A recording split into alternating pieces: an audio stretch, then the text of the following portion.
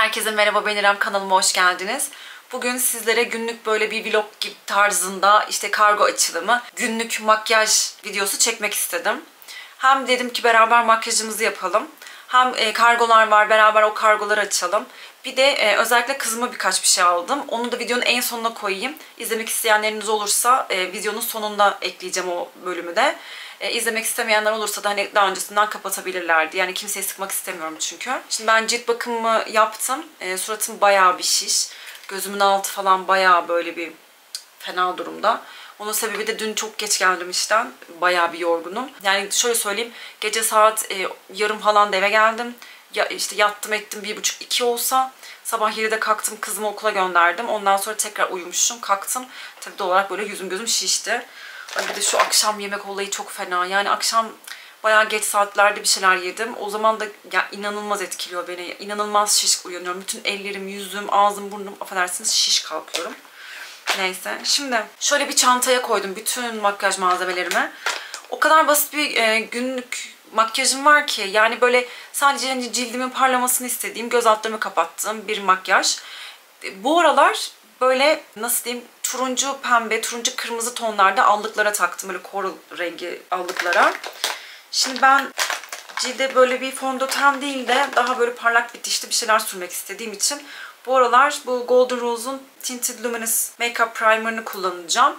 Bu çok güzel ışıltılı bir baz. Bir de bu Strobe kremlerin bendeki bu golden rengi miydi? Gold Light rengi, pardon, onu kullanıyorum. Bu ikisini karıştırarak süreceğim. Şimdi şöyle. Yani o kadar az sürüyorum ki. Deyip bütün her tarafa sürermiş.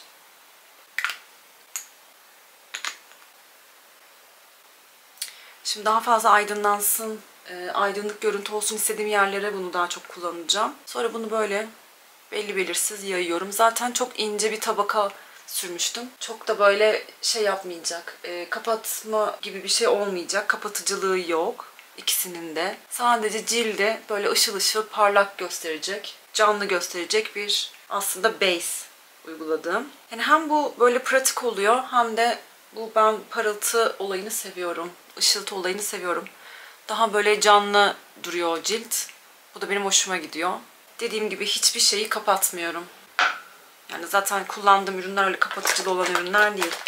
Şimdi gözaltı kapatıcısına geçelim. Ben Maybelline'in bu Fit Mi'sinin 25 numarasını kullanıyorum. Bir de bu Tarte'ın Shape Tape Glow Band'ini kullanıyorum. Bu A Glow rengi. Şimdi bunu da nasıl uyguladığımı göstereyim size. Bir saniye. Şimdi bu gözümün iç pınarlı yerlerine şöyle dışarı şundan bırakıyorum. Çok hafif de şu alnıma ve şu dudak kenarlarıma şöyle bir geçiyorum. Bu çok güzel bir kapatıcı. Çok memnunum bundan.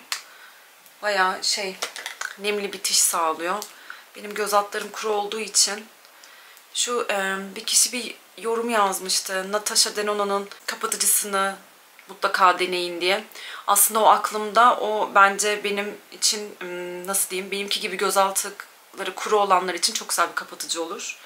Şimdi bunu da şöyle ortaya geçiyorum. Ve şöyle göz kapaklarımın üstünden geçeceğim. Bu ikisini karıştırarak kullanıyorum.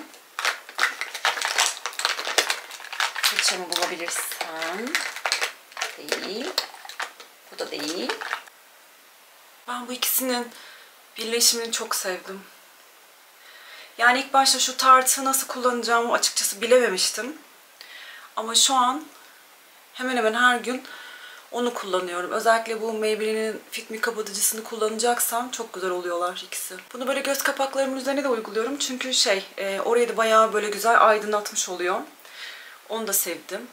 Aslında bu böyle gibi oluyor. Sanki cildinizde hiç herhangi bir şey sürmemişsiniz gibi duruyor ikisi. Hem bu fon hem kapatıcım, hem kullandığım bu base'im sanki cildinde hiçbir şey yokmuş görüntüsü veriyor. Bunu seviyorum. Evet. Şimdi bu iyice böyle bir yerini alsın. Çok böyle kırışıklıklara doluyor, de olmuyor açıkçası. Dolma olmuyor.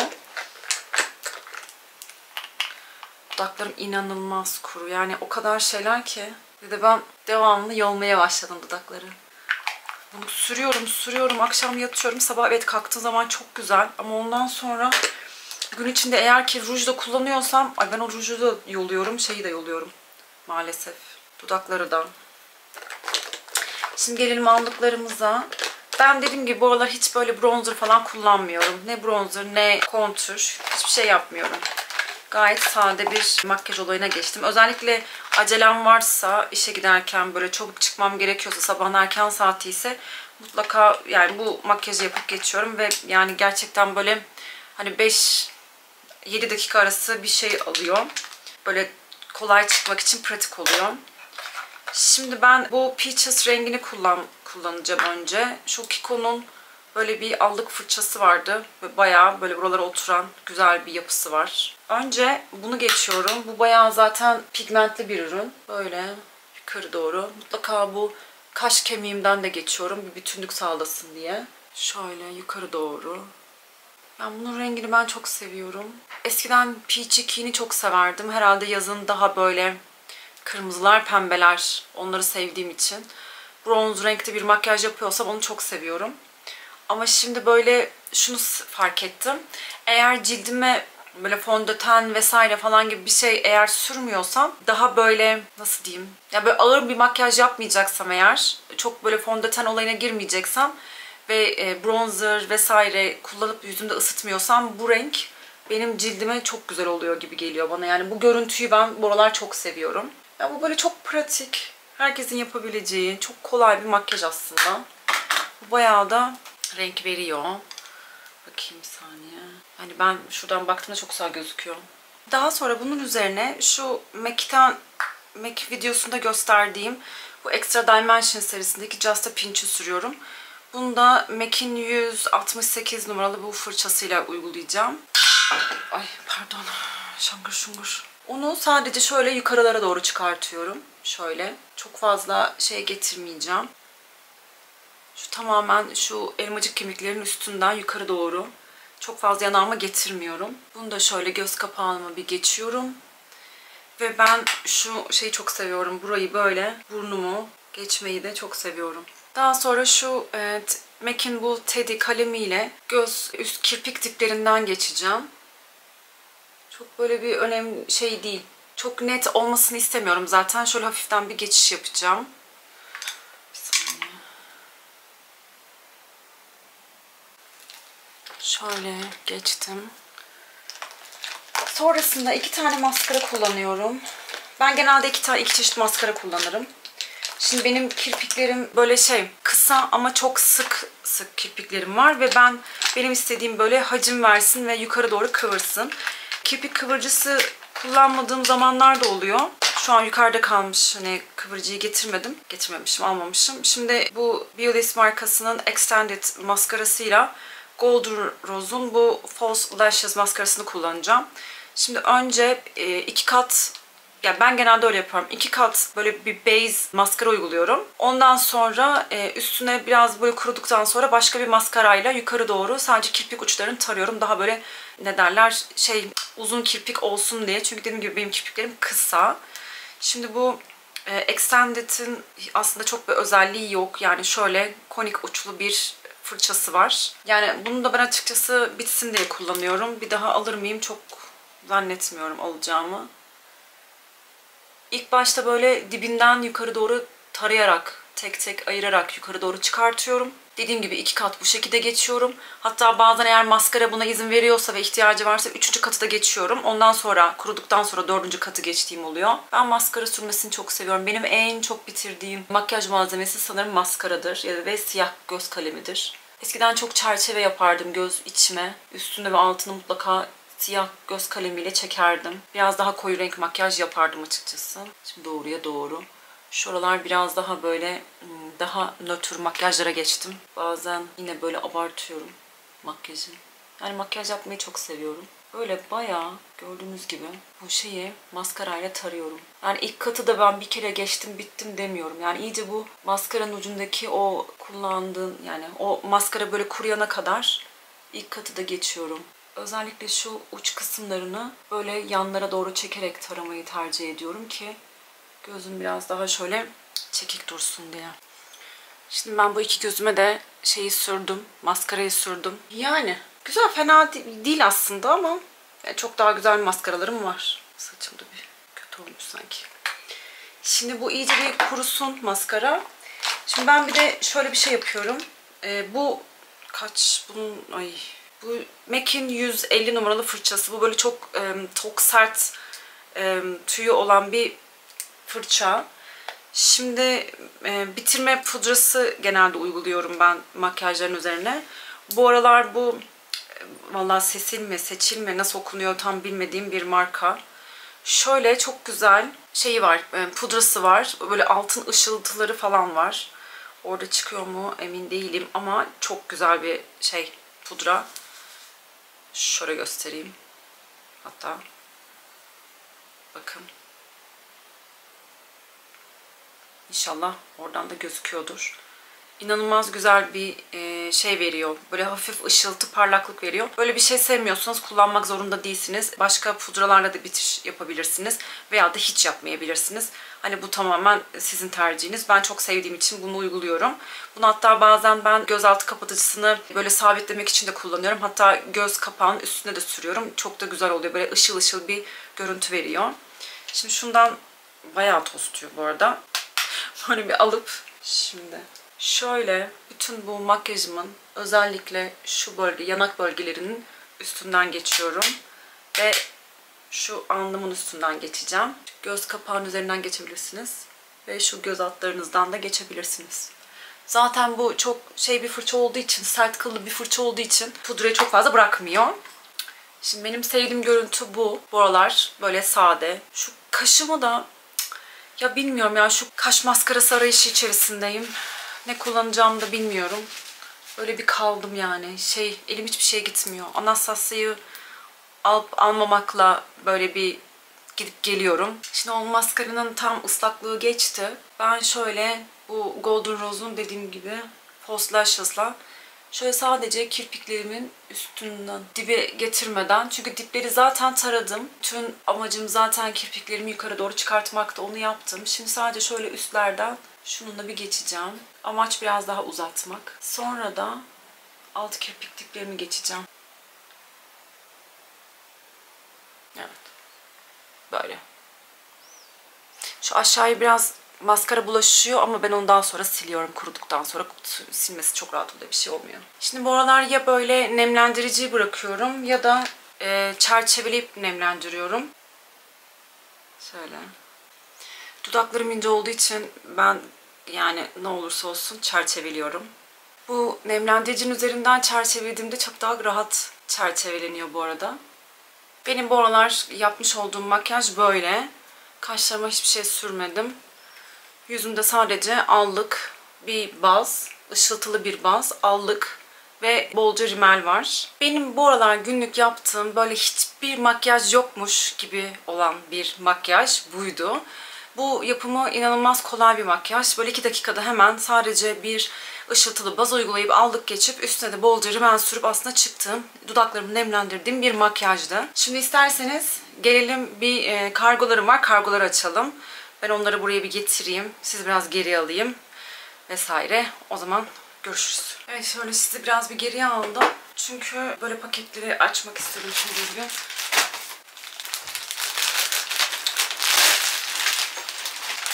Şimdi ha şöyle üstler aldım evde giyebilmek için. Şöyle hani şeylerin içine, sweatshirtlerin falan içine giymek için aldım. Ya da böyle üstte hırka falan giyerim diye. Bu eşofman altlarının üstü için aldım. Sakızcığım, ne gördün anneciğim orada geldiğinde ben? Şimdi bir tane de aynısının beyazını aldım. Dediğim gibi bunları böyle taytların ve böyle eşofman altlarının üstüne giymek için aldım. Bunu hatırlamıyorum. Ha, tayt almışım. Ay gerçekten ne aldığımı da bilmiyorum. Ha, tayt değil, eşofman altı almışım. Yine böyle jersey kumaştan. Penti'den birkaç ürün aldım. Bunların da birçoğu kızıma çoraptır. Onları sonra göstereyim. Kendime de 2 tane şöyle aldım. Bu Penti'nin Invisible serisindeki bu sade braletlerinden aldım. Birbirine girmiş. Bir saniye. Şöyle biri siyah, biri böyle ten rengi olmak üzere 2 tane böyle iç çamaşırı aldım. Böyle şeyde hem evde falan bunları giymesi güzel oluyor hem de böyle birkaç işte izi çıkmasın dediğiniz kıyafetlerin içinde güzel oluyorlar. Ben genelde çamaşırlarımızı şöyle yapıyorum. Penti'den genelde indirimdeyse eğer birkaç parça bir şey alabiliyorum. Çok böyle özellikle yani nasıl diyeyim size? Yani Penti'nin özellikle alt iç çamaşırında çok böyle memnun kaldığım bir serisi yok.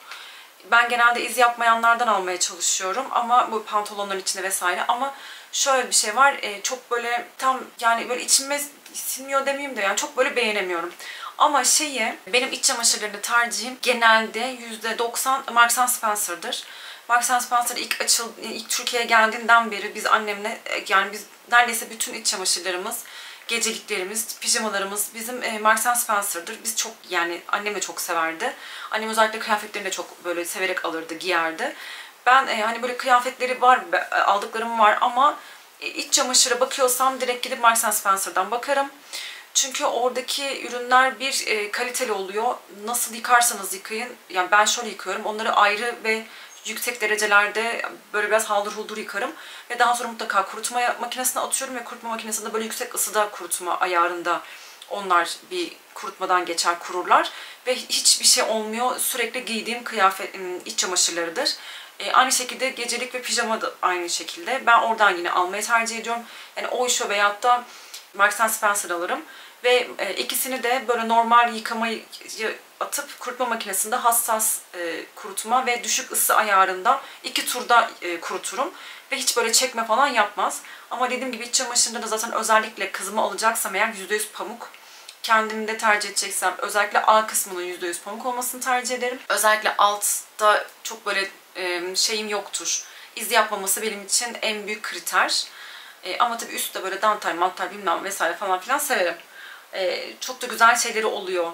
Seçenek çeşitleri de oluyor. Şimdi bir de asıl şöyle Zara'dan bir paketim var. Ama bu paketin %90'ı kızıma aittir. Kızıma aldım bayağı.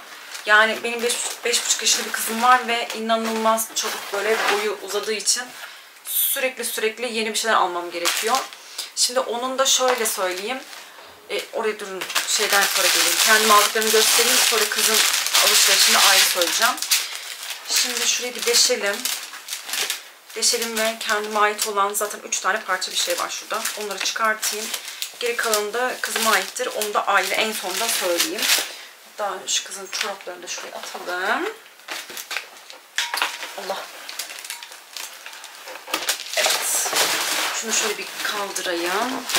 Ve kendimkine geçeyim. Şimdi ben ben şöyle bir kot arıyorum. Ben arıyorum buldukça tamam diyorum bunu alacağım ve ben alana kadar internette stokları bitmiş oluyor Zara'nın. Şöyle bir kesim istiyorum. Ben genelde böyle düz kesimleri tercih ediyordum. Onları alıyordum. İşte boot cut dedikleri böyle daha paça boyu kısa olanları.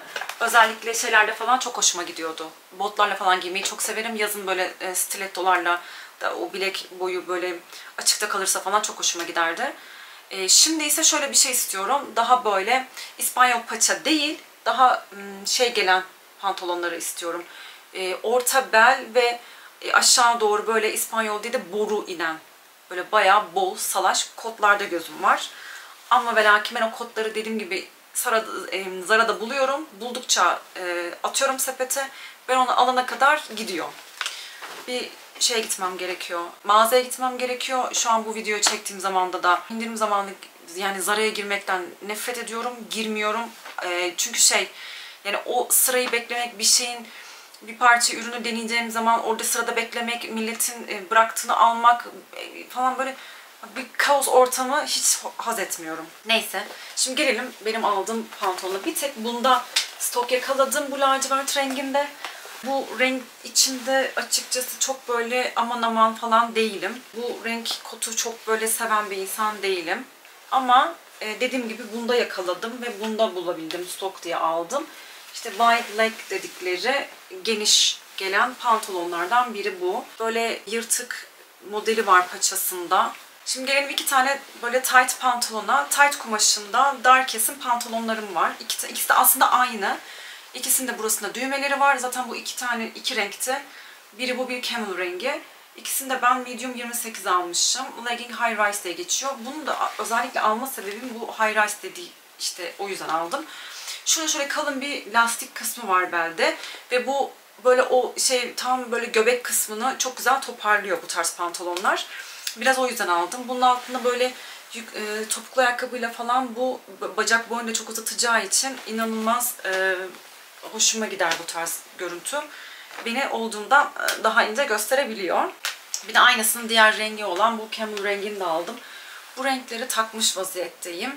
Bunları böyle açık renk kabanlarım var. Onlarla kombinlemeyi düşündüğüm için aldım. Yani bu renk inanılmaz güzel bir renk bence. Bir deneyeceğim. Bakayım nasıl duracak. Açık renk biraz böyle şeyde durabiliyor. Dar pantolon. Böyle bir kalçaya falan bir bakmak gerekli. Şimdi bundan sonrası kızım için aldığım ürünleri göstereceğim ben size. Bundan sonra seyretmek istemeyenler olursa diye söyleyeyim şimdiden. Başka kendime ait bir şey olmayacak alışverişlerde. Şimdi ben genelde kızıma Zara'dan alışveriş yapmayı tercih ediyorum. Onun da sebebi şu. Şimdi benim kızımın vücut yapısı çok dar ve ince. Bayağı böyle ince bir kızım var. Özellikle böyle kalçası falan bayağı dar olduğu için aldığım pantolonlar genelde kızdan düşüyor. Mesela H&M'dan alt olarak hiçbir şey alamıyorum, olmuyor. Mango aynı şekilde alt kısmı olmuyor. Kotona baktım, onda da olmuyor. Yani benim biraz böyle şeyim kısıtlı. Alt giyimde özellikle kızıma alacağım şeylerde böyle bir kısıt yaşıyorum. Yurt dışında çok çıkıyorduk biz geçen seneye kadar. Özellikle Amerika'dan çok fazla bebekliği döneminde çok fazla kıyafet alışverişim oluyordu. O zaman Carter's'tan alıyordum ve Carter's tam işte bu beden yapısına yönelik bir marka. Orada böyle dar vücut tipi için çok güzel ürünler oluyor. Bütün bebekliği neredeyse Carter's'ta geçti çocuğumun.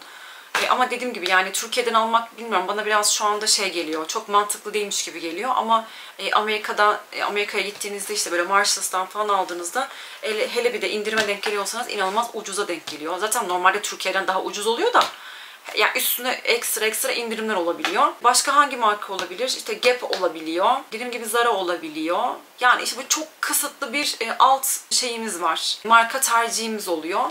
Aslında şöyle bir şey de söyleyebilirim, isteyebilirim sizden. Eğer sizin de böyle çocuğunuz varsa böyle dar vücut yapısına sahip, siz bir markalar biliyorsanız ünlü ünsüz hiç fark etmez. Hiç öyle tercihlerim yoktur. Yeter ki hani çocuğumu alabilecek kaliteli, güzel kumaşı olan ürünler olsun. Zaten çocuğun biliyorsunuz yediği helal, giydiği haramdır derler. Çok böyle aşırıya kaçmak da istemiyorum zaten. Eğer varsa böyle markalar aldığınız yerler lütfen yorumlara yazarsanız yani ayrı bir size böyle mutluluk duyar, minnettarlık duyarım size. Neyse çok fazla uzattım. Şimdi zaten kışa girerken Marks & Spencer'dan bayağı bir alışveriş yapmıştım kıza. Böyle üstleri, dış giyimi çok almıştım. İçi özellikle böyle polar olan ürünler, pijamaları vesaireleri çok alışveriş yapmıştım. Ama şu anda gene böyle bir tık boy uzadı. Paçaları kısa kalmaya başladı. Üstlerde bir sıkıntı yaşamıyoruz. Üstleri genelde şey alıyorum. Kızımın yani böyle bir küçük beden bile alsam üst tarafı oluyor ince olduğu için. Ama altlarda biraz sıkıntı yaşıyoruz.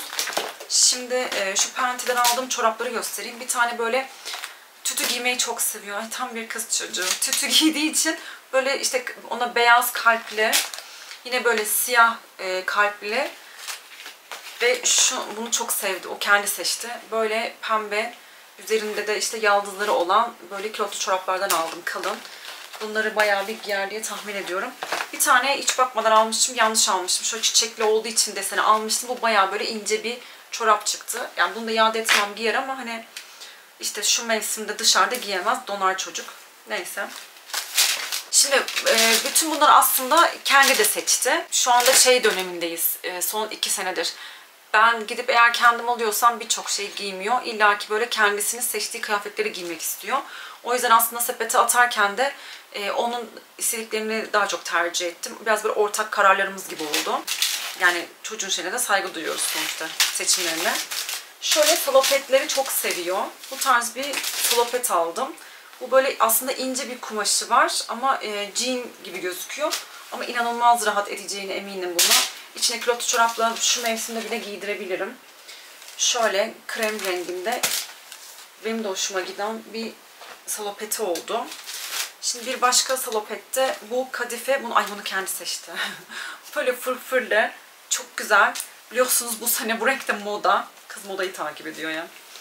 Şöyle bayağı güzel ama ince bir kumaşı var. Onu da bildireyim. Bir salopet aldık. Bu da bayağı güzelmiş. Sonra bu da bakın kendi seçimi. Bu da böyle İspanyol paça geliyor. Bu paçalarını çok sevdiği için aldırdı bana. Bu da triko. Bu 116 santimmiş. Bayağı güzel bir triko. Bunu da herhalde hemen yarın giyer. Bu şimdi gelecek bu şeye. Dün geldi bu paket akşam. Açmak istedim ki dur. Yarın açacağız. Sonra gene triko şöyle gri. Paçaları düz değil. Şöyle hafif bir lastik gibi bir kısmı var. Ama kesinlikle şey değil. Öyle sert bir lastik değil. Bayağı yumuşak bir lastik. İnanılmaz güzel, incecik kumaşı olan bir alt aldık. Şimdi bu aslında çok güzel bir kumaşı var ama bu büyük bir ihtimalle kızın belinden aşağıda düşecektir yani. Çünkü şöyle bir kalçaya sahip değil. Yani bunu içine dolduracak bir kalçaya sahip değil. Bir de şöyle bir şey sevmiyor. Eşofman altı gibi şeyleri spor dersi olmadığı sürece giymeyi sevmiyor. Hep böyle dar kesim giymeyi istiyor. Bilmiyorum bunları seçti ama inşallah da giyer yani. Şu taytları asıl çok güzel oluyor. Bu taytından bir beden küçüğü vardı. Bu taytı çok seviyordu. Bir beden büyüğünü daha istedi. Onu da aldım. Bu taytlar işte çok güzel oluyor kızıma. Yani tam böyle sarıyor beli. Çünkü dar. Yani biraz aşağı düşse bile bunu hop diye çekebiliyor ve çok böyle bu güzel de duruyor vücudunda. Bunların altına böyle kalın botlarını giydiği zaman da bacaklar böyle çırpı çırpı çıkıyor ama güzel oluyor yani beğeniyorum. Ben her sene bu Zara'nın şu triko taytlarını alırım. Bunlar da inanılmaz güzel ve sıcak tutan taytları. Paçasında da şöyle fırfır detayları var. Bu da bayağı böyle güzel bence. Güzel seçti kıza. Şaka maka. Yani bunda da bayağı sıcak sıcak gider okuluna. Bu da böyle çok güzel bir kazak. Bunun da çok güzel renkleri var. Sarısı, pembesi. Yani indirime giren ürünlerden bu. Tükenmediyse buna bir bakabilirsiniz. Aşırı yumuşak, çok güzel. Çok hoşuma gitti benim de. Sonra şöyle bir triko aldık. Bunun da şu yakasını çok sevdik. İkimiz de çok sevdik. Yani şunun şeyi olsa, büyüğü olsa kendime alırım. Şu yakanın güzelliği nedir? Acayip güzel, şık bir triko ve o kadar güzel ki bu Zara'nın kıyafetleri yumuşacık. O yüzden çok hoşuma gidiyor. Dar, kıza dalmaz yani. Güzel ürünler. Sonra o bir eşofman altı gibi bir triko göstermiştim. Onun üstüne diye aldık şunu. Galiba bunlar da şey olabilir, set şeklinde olabilir ha. Emin değilim. Bu da bayağı güzel. Dediğim gibi bu da incecik bir triko. Yani incecik derken böyle sıcak tutar ama çocuklara da böyle batmaz. Çok güzel, yumuşacık bir kumaşı var. Tam benim tarzım aslında. Bunun da şeyi çok güzelmiş kumaşı. Şöyle yakası, yaka detayı olan inanılmaz güzel çizgili bir sivet aldık. Bu da güzel çıktı. Şurada şöyle küçük şeyleri de var. Cepleri de var. Bayağı almışız da. Sonra bunu görünce hemen istedi. Kedi kız. Şöyle kedili kazak. Bunu da büyük ihtimalle hemen yarın giyer. Ben bunları 110 santim aldım bu arada. Üstleri. Bunlar mesela oluyor ama altlar 110 santim kısa geliyor. 116 santim alıyorum. Bunu da kendi seçti aldı. Normalde siyah bir şey giydirmem yani giymez. Bu aralar siyah istiyor. Kendi seçti. Ama bayağı da güzelmiş gene. Bu da yumuşacık kumaşlı. Şöyle şapkalı. Önünde küçük bir düğme detayı var. Şöyle bir triko. Bu da güzel bir parça. Bayağı bir şey aldık. Yani ben herhalde bu kışı böyle kız idare eder. Palto bir tane böyle içi yünlü paltoları var şeyin. Zara'nın. Onlardan bir tane almak istiyorum. Bir tane kar botu alacağım. Bir o kaldı. Onun dışında aslında alacağımız bir şey kalmadı. Bayağı da yüklü böyle alışveriş oldu ama işte her şeyini de bitirmiş oldum aslında kızın. Böyle normalde sezonluk alışveriş yapıyorum kıza. İyi oluyor. İşte okulda şu anda üniforma değiller. Üniforma olmadıkları için de aslında ne giyecek derdi oluyor. Halbuki işte üniformaya önümüzdeki sene geçtiği zaman ilkokul 1'de o zaman bu tarz problemlerde kalmayacak. Üniformayla gittiği için okula her güne ne giyecek işte bir giydiği hemen çamaşır makinesine atıldığı için, kirliye atıldığı için böyle bir şey olmayacak yani önümüzdeki sene. Bu arada kahvem buz kesti. Bayağı buz olmuş. Neyse. Evet, yani gördüğünüz üzere aslında kendime çok da bir şey almamışım. Bugüne kadar aldıklarıma sayıyorum. Beni izlediğiniz için çok teşekkür ederim. Aşağı yorumları dediğim gibi bekliyorum. Videoyu beğendiyseniz beğen butonuna basmayı unutmayın. Kanalıma abone olursanız beni çok çok daha mutlu edersiniz. Bir sonraki videoda görüşmek üzere. Kendinize çok iyi bakın. Hoşça kalın.